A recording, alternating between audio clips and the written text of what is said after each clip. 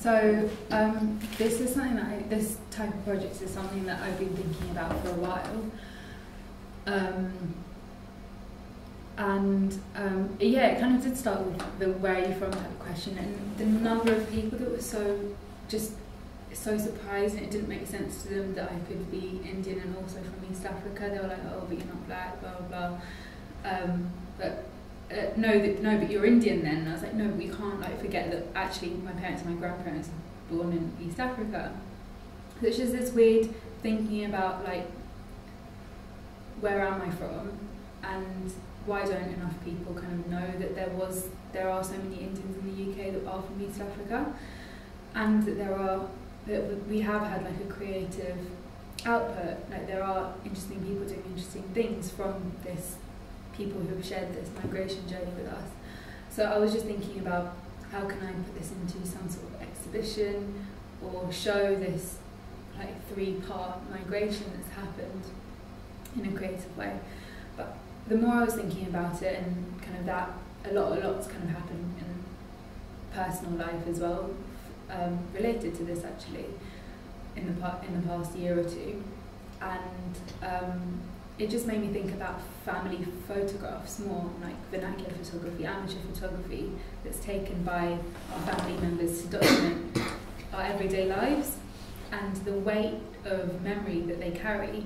And there's just there's something in them that just triggers a lot of memories and thoughts and intergenerational conversation, and so I started looking more at that kind of family photography, and I wanted to broaden it out. I wanted to make it for the entire South Asian diaspora in Britain. I was like, there's so much, by limiting it to just Indian people or just people from the East African diaspora, instead of doing that, I wanted to look at kind of somehow our shared histories, because when you do end up here, a lot of the time people first see you as just being brown. No one might know that I'm Hindu or anything else, or that my family's from East Africa or India, whatever. We have kind of a level of shared experience in this country. So that's kind of what I wanted to start with, and then look at the different histories behind each photo. So that project is called Here and Then, I kind of was thinking about the title because of one of the things that Stuart Hall once said, which is when he was talking about multicultural Britain, and that's, we are here because you were there, you being the British. We are here in this country because they were there in India or wherever, and that's why we have this post-colonial migration that happened. So I was just thinking about here and now and there and then, and how those two things are in flux sometimes.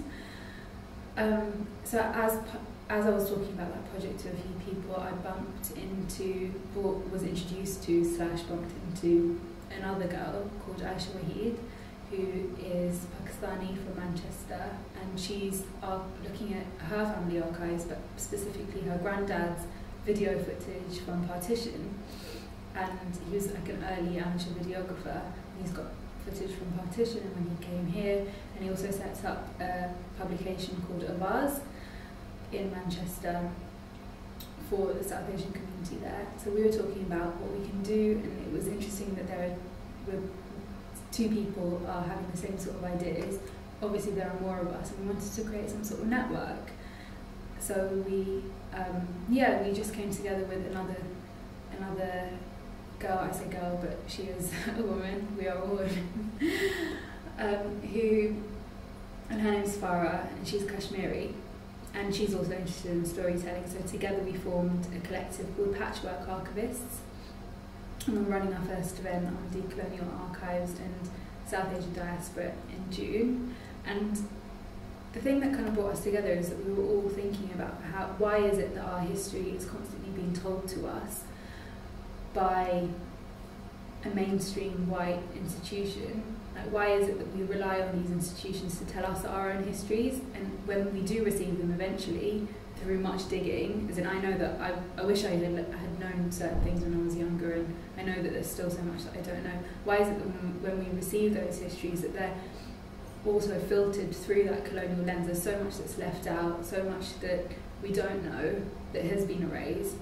So we wanted to look to our communities themselves as being like the source of these stories, the source of this knowledge, the source of these experiences, and kind of talk intergenerationally and interculturally to bring about these stories of our histories and what we can do together to archive our own histories, and trying to displace the notion of what an archive is, that an archive can be living. It's not just something that's in a museum behind a glass box. It's something that we can wear, like it can be a piece of clothing, it can be a memory, it can be a photograph, it can be a document, it can be a story passed down through oral tradition.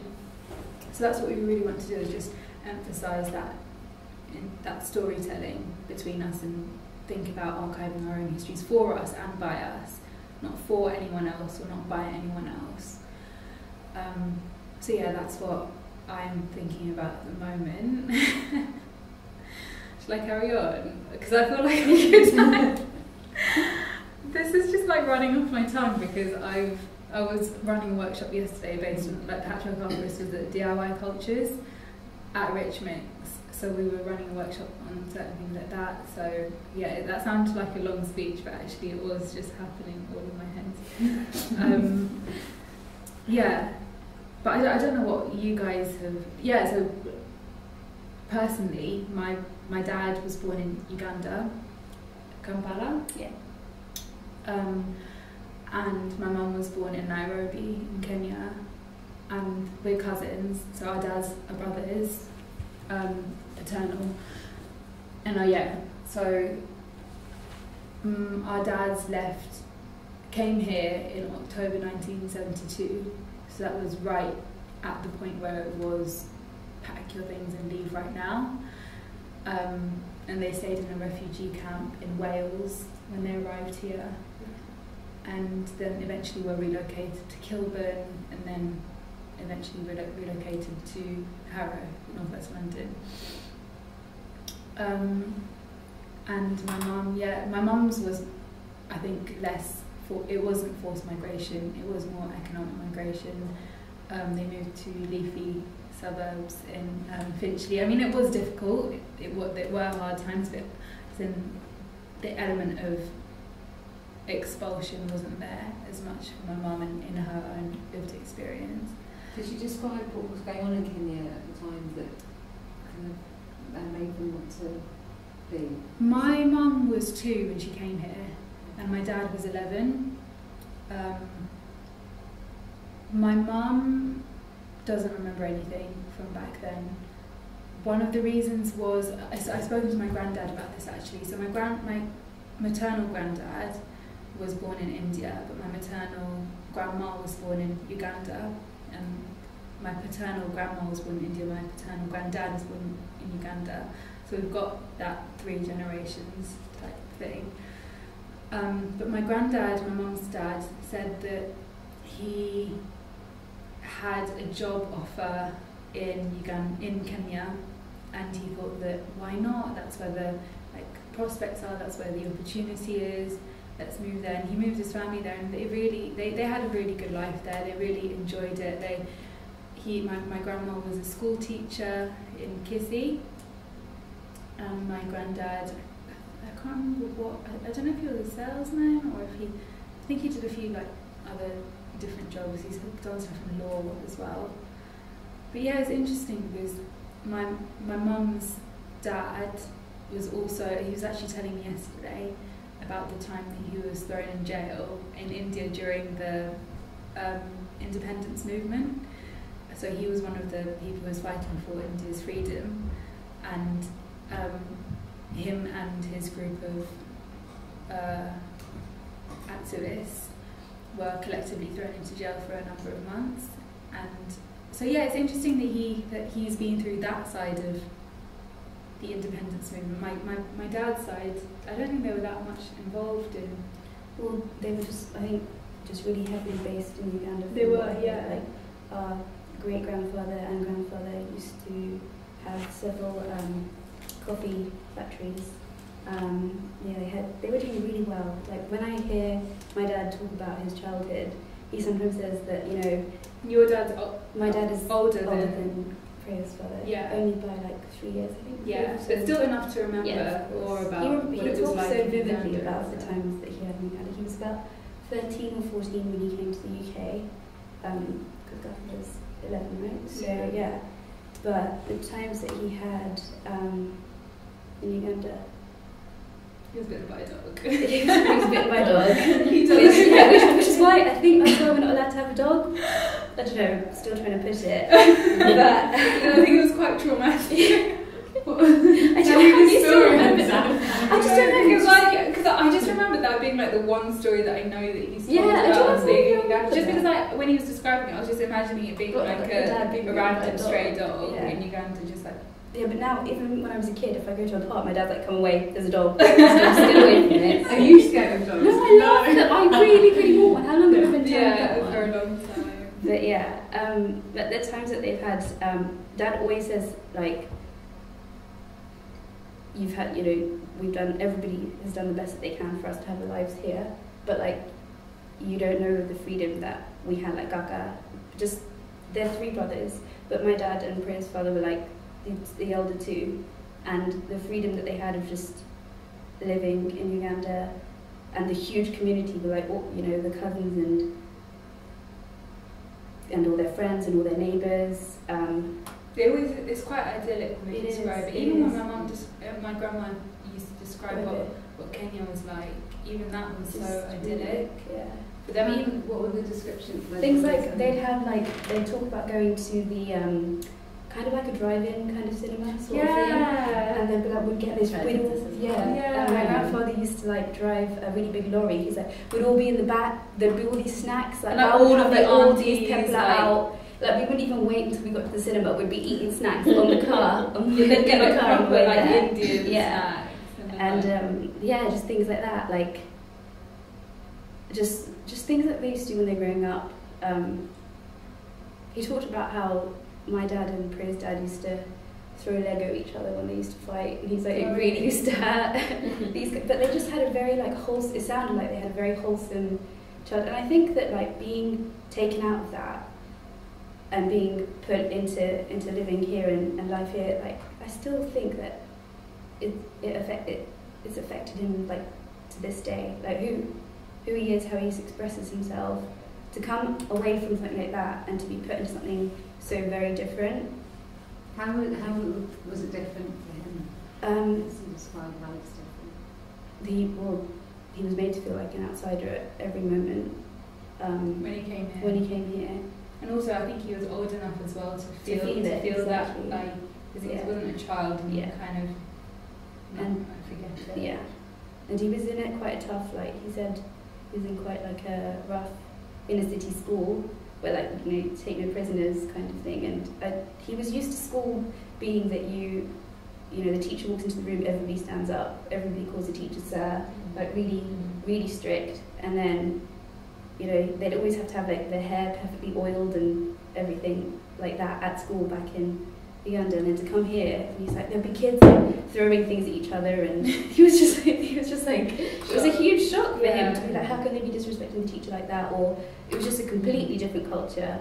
And Kilburn was really it was quite rough back then. It was where a lot of the National Front and skinhead movements were as well. I remember my dad's passed away, but he had a scar across his knuckles. I remember, and I remember asking him, like, how did you get that? And it was like he just got beaten up by a bunch of skinheads, and I was like, why? And he was like, I don't know, it must be like mistaken identity or something. But they were, as in they were always like shouting "Paki" and all of that sort of stuff. It was just, I think it was quite relentless. And from what I've heard from our grandma about. I'm lucky enough to have all 4 of my grandparents and my great-grandma in the UK. Our great-grandma, our Dada's mum, yeah. She's like 105, I think. 104. I don't know, maybe something. We've lost count. Yeah. She's a tough lady. Yeah. Really tough lady. But still.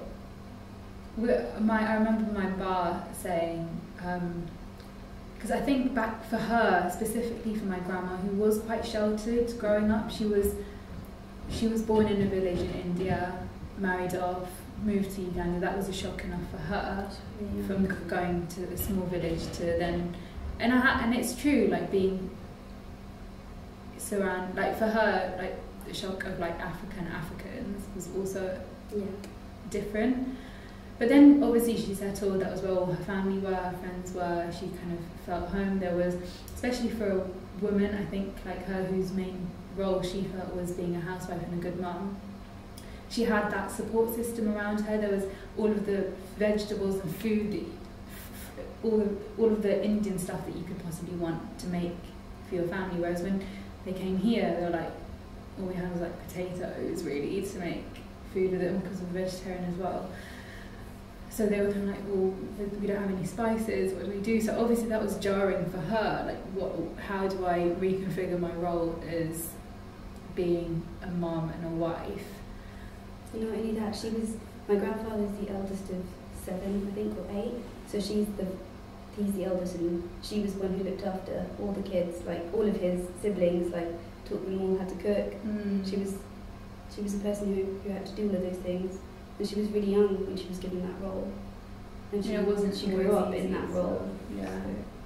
But I remember her saying as well, like, I think obviously people, I think, look back at what things were like in Uganda or Kenya or wherever with somewhat rose-tinted glasses sometimes, just because the rupture that happened of like moving to somewhere that was cold and dreary and lacking.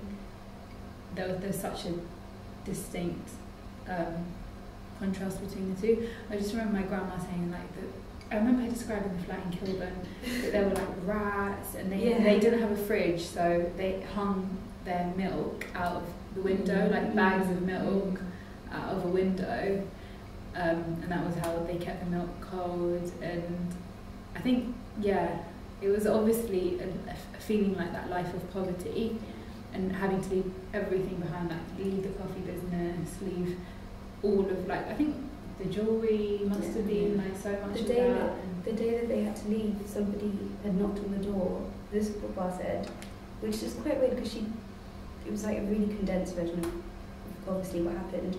But some soldiers with machetes just said to them, if you don't leave tomorrow, you're all going to die. So they just had to just pack up that day. I think she had a gun to her head. I think it was that. Was it that way? God. Did your family have like? Do they come from Uganda? No, my mum comes from Kenya and my dad comes from India. So we didn't have to pack up and go or be traumatised in that way. But my mum was born in Kenya in 1949, and when she was about 18, her and my uncle, second uncle, I've got 3 uncles in total, was sent to India to study. And I think it's because things were getting quite difficult for Asians living in Kenya. There's a lot of like prejudice from like the African communities there. So they went there, I think when they were like, my mum might have been about 18 or 19 and finished, maybe possibly younger, 16, 17, finished off her high school in Kenya? In India. So went back to Gujarat from Kenya. And then my grandparents continued living in Mombasa in Kenya with my youngest uncle, and the eldest uncle came directly here and joined the army. Already had my grandma's brother living here since the 1950s in Birmingham. Oh, okay.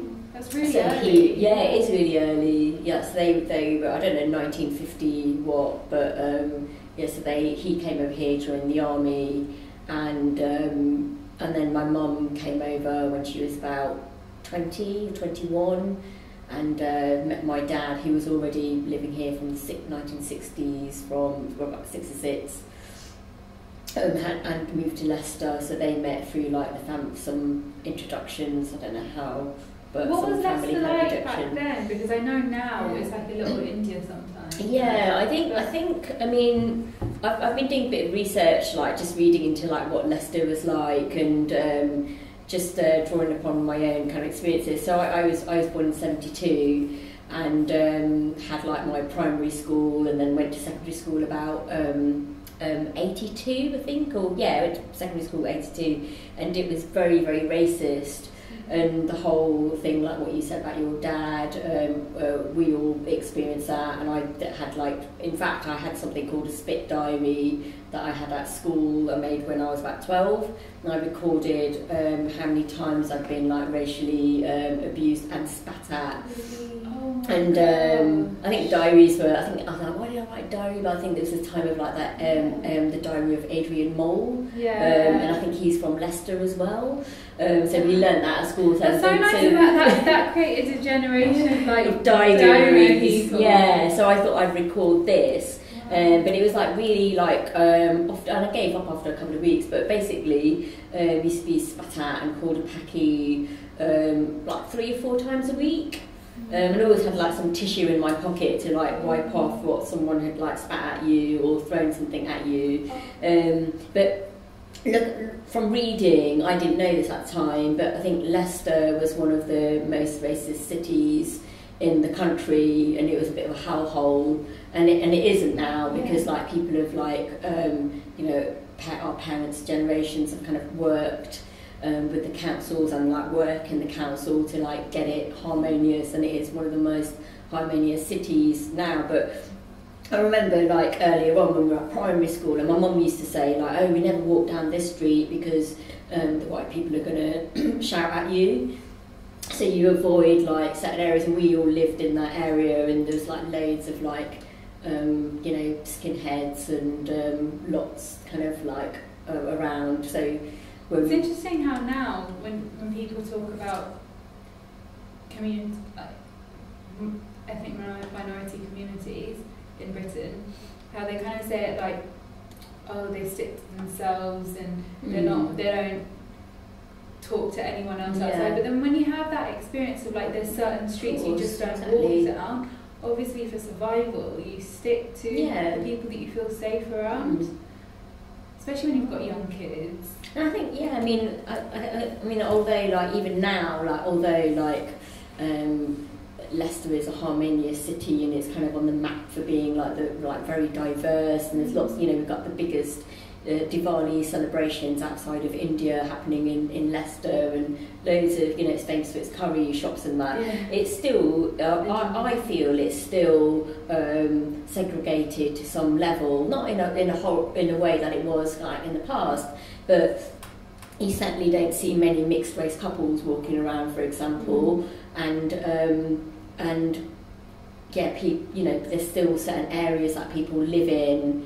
And the Diwali festival, when you go to Diwali festival, it will be like predominantly Asian, with very few white people kind of you know, coming in to like join in and so on. So, you know, I think it's still got far to go. I mean, even like when I was in sixth form, our sixth form was fine, but there was another sixth form that loads of like people went to in central Leicester, and that was in around